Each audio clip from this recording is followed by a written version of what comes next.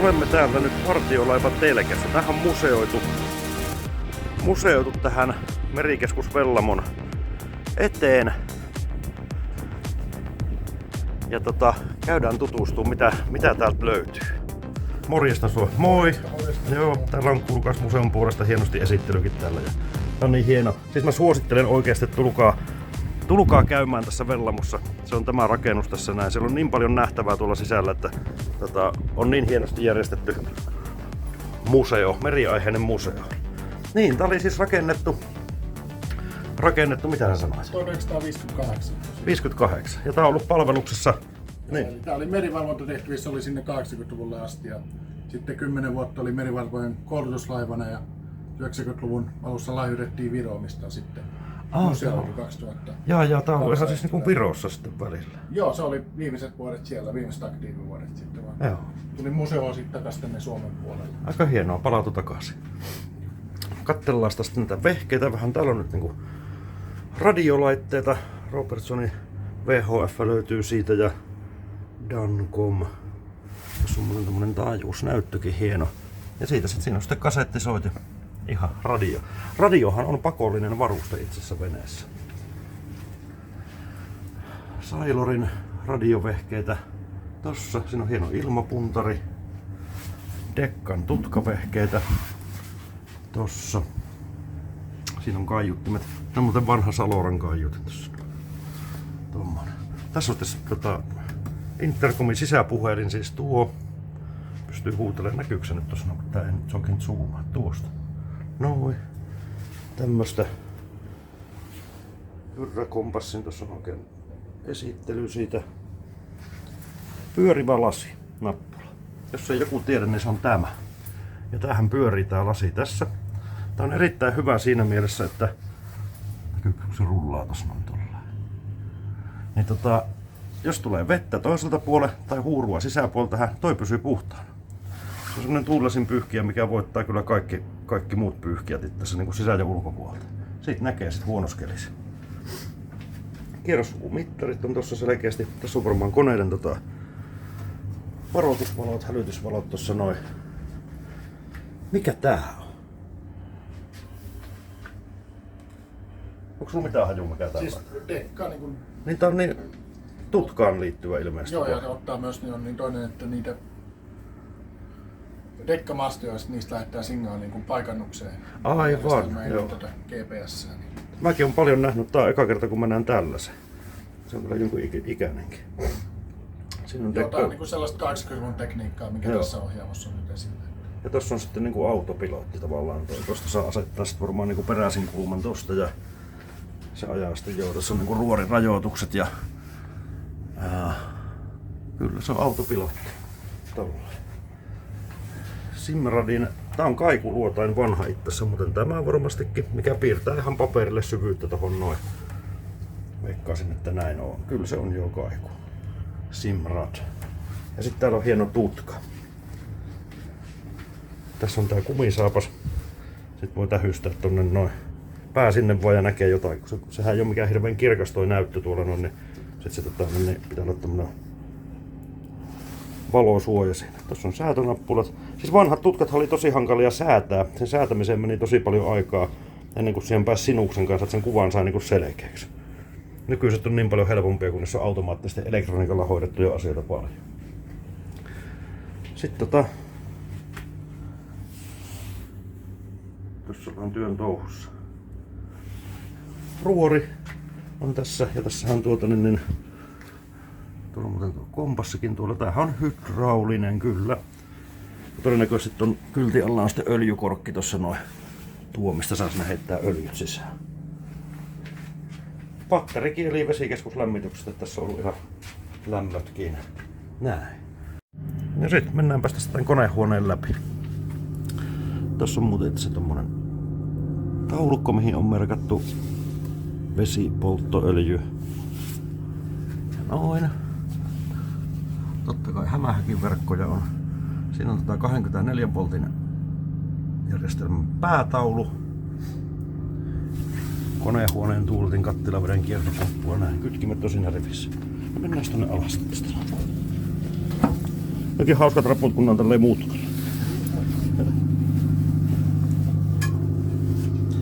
Niin, nyt on tekniikkaa.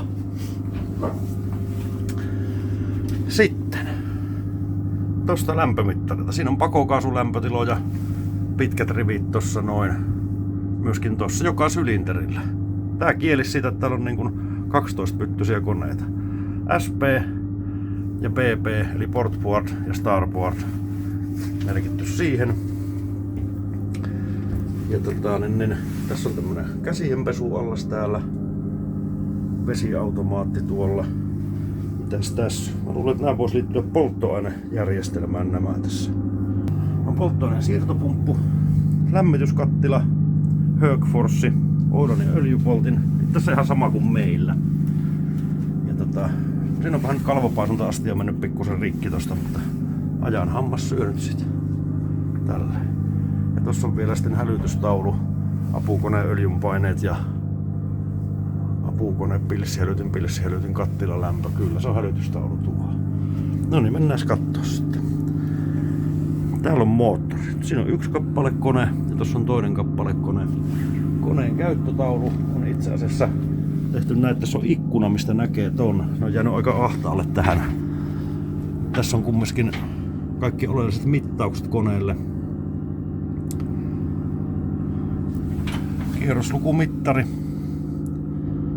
tuossa ja sitten siellä on tuntimittari tuossa noin tolleen noin.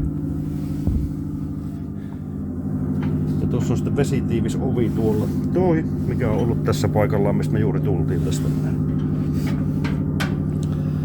näin. Ja tässä on toinen sama homma tällä toisella puolella. Tuolla on akusto. Ei kun tuo on muuten muuntaja tuolla tuo. Joo. Mennään eteenpäin tästä, sitten katsotaan mitä. No, tässä nyt on ihan selkeästi turboahdin tässä kohdalla. Näyttäisi ihan ahtimelta. Tämähän on niin kuin nelitahtinen kone, varmastikin ihan normaali, ainakin mun silmää. Tässä on pakoputki, lähtee ulos, kuiva pakari siis tosta noin korsteeni. Tossa on tuloilma sisään, tämä torvi, näin, tulee tohon ahtimelle. Ja tosta se painaa sitten tonne ei kun tää on pakopuoli ja tää on tulopuoli.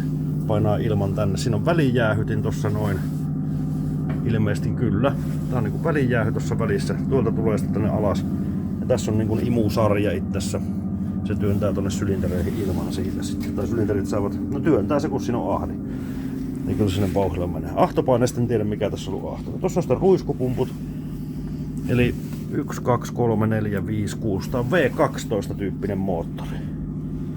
Siinä on oma ruiskupumppu vielä toiselle puolelle. Se on 2 pumppu. Tuolla näkyy vauhtipyörä. Ja siinä on hammaskehää tossa vielä itsessä. Tossa. Ja tämähän on ilmeisesti sähkökäynnisteinen on. Tuolla on starttimoottori tossa noista. Aika jämäkkä.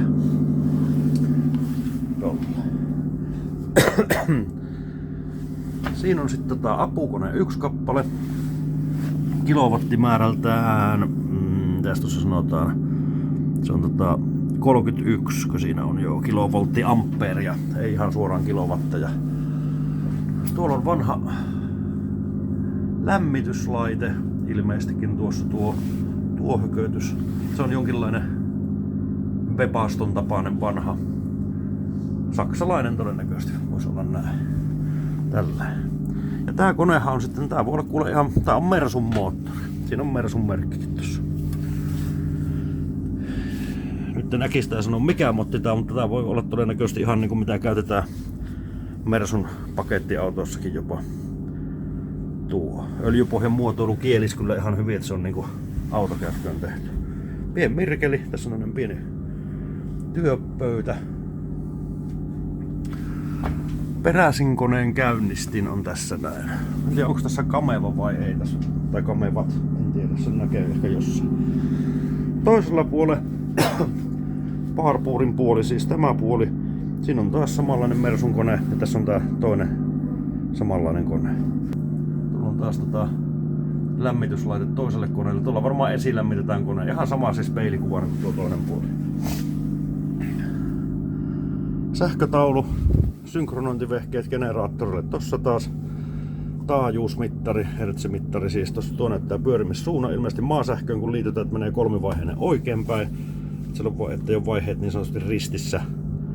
Ja niin maistaoton merkkivalot tuossa, noilla saa synkätä noilla 3 valolla. Ja tuossa on taajuusjännite, noin. Ankkuripeli, liesi, keulatuuletin. Noin. Ja tässä on nyt sitten niin megaohmimittarit, onko runkovuotoa jossain. Siinä on ruustukkipie ja pylväsporakoneet tossa. Ja niin, ensimmäiset pääkoneet oli Valmetin 500 koneita. Sinänsä hyviä koneita pidettiin pienitehosina, bla bla bla. Sen jälkeen on vaihdettu MTU-koneet, eli nämä on MTU, saksalainen laivamoottorivalmistaja. Mercedeksen periaatteessa tekemiä. Alun perin konehuone oli yhteinen tila, koneremontin yhteydessä siitä erotettiin pieni verstas ja koneen valvomo. Paranti työoloja, eli se on varmaan niinku just tuo väliseinä, mikä tehty tohon, niin siinä on niinku tavallaan valvomo, koska sieltä näkee noin mittaritaulut noista. Ja täällä on nimittäin aikamoinen meteli täällä, kun nuo koneet käy. No niin, sitten mennään eteenpäin. Täällä on hyttiosastoa täällä takana. Tässä on pieni messi, tai tämmönen aula. Siinä on telkkarikin tossa noin. Siinä on ollut Kekkosta ynnä muita kuljetettu tällä näin. Ja näin. On taas lämmityspatteri tossa. Siellä on sakkilautakin. Näin. Laittu kuvia tänne niin kaikenlaista. Tämmönen hytti tässä. Sitten mennään eteenpäin. Tässä on suihkutilat. Pieni vessa. Siinä on tommonen käsipumpulla venevessa tavallaan tuo. Ja sitten tossa on suihkutilat. Kyllä siinä suihku ottaa ihan ok. Mutta tässä on kanssa yksi hytti. Noin. Tässä on rungon korjaustöistä kuvaa. Ja tämmönen. Siinä on sitten laatikot sängyn alla. No, mennään tänne eteenpäin. Täällä on vielä ilmeisesti 2 hyttiä. Joo, tässä on ihan tämmönen kahden punkat tässä näin. Tälleen. Näin ja tästä kaapissa. Siinä on hyvä tämmönen varavillapeite. Näyttää vähän tämmöiseltä niinku armeijaluukilta toi. Noin. Ja tosta pääsee takakannelle. Mennään tonne kannelle katsoa kohta. Siinä on päivätankin linssi. Tossa. Se on merkattu jotakin, se on ihan senttimetreinä tossa toi lukema tuolla. Lukee sitten polttoaineen määränä. Sitten mennään katsoa tänne. Täällä on köksät ynnä muut täällä päässä paattia. Eli tää niinku keulan puolelle mennään tästä tänne alas. Ja tässä on nyt sitten kapyysi, eli köksä. Näin. Siinä on neuvostoliittolainen valokytki. Ihan varmaan on CCCP. Meillä on noita vaikka kui paljon, tuolla heitettiin pois. Sen verran tää on ollut niinku jostain varmaan napattu, en tiedä onko Viron aikaan tullut siihen. Ja tässä on sitten pieni WC. Se on mutta aika raju toi vanhanmallinen pumppu. Ja se on mennyt suoraan mereen ennen. Tosta hanasta.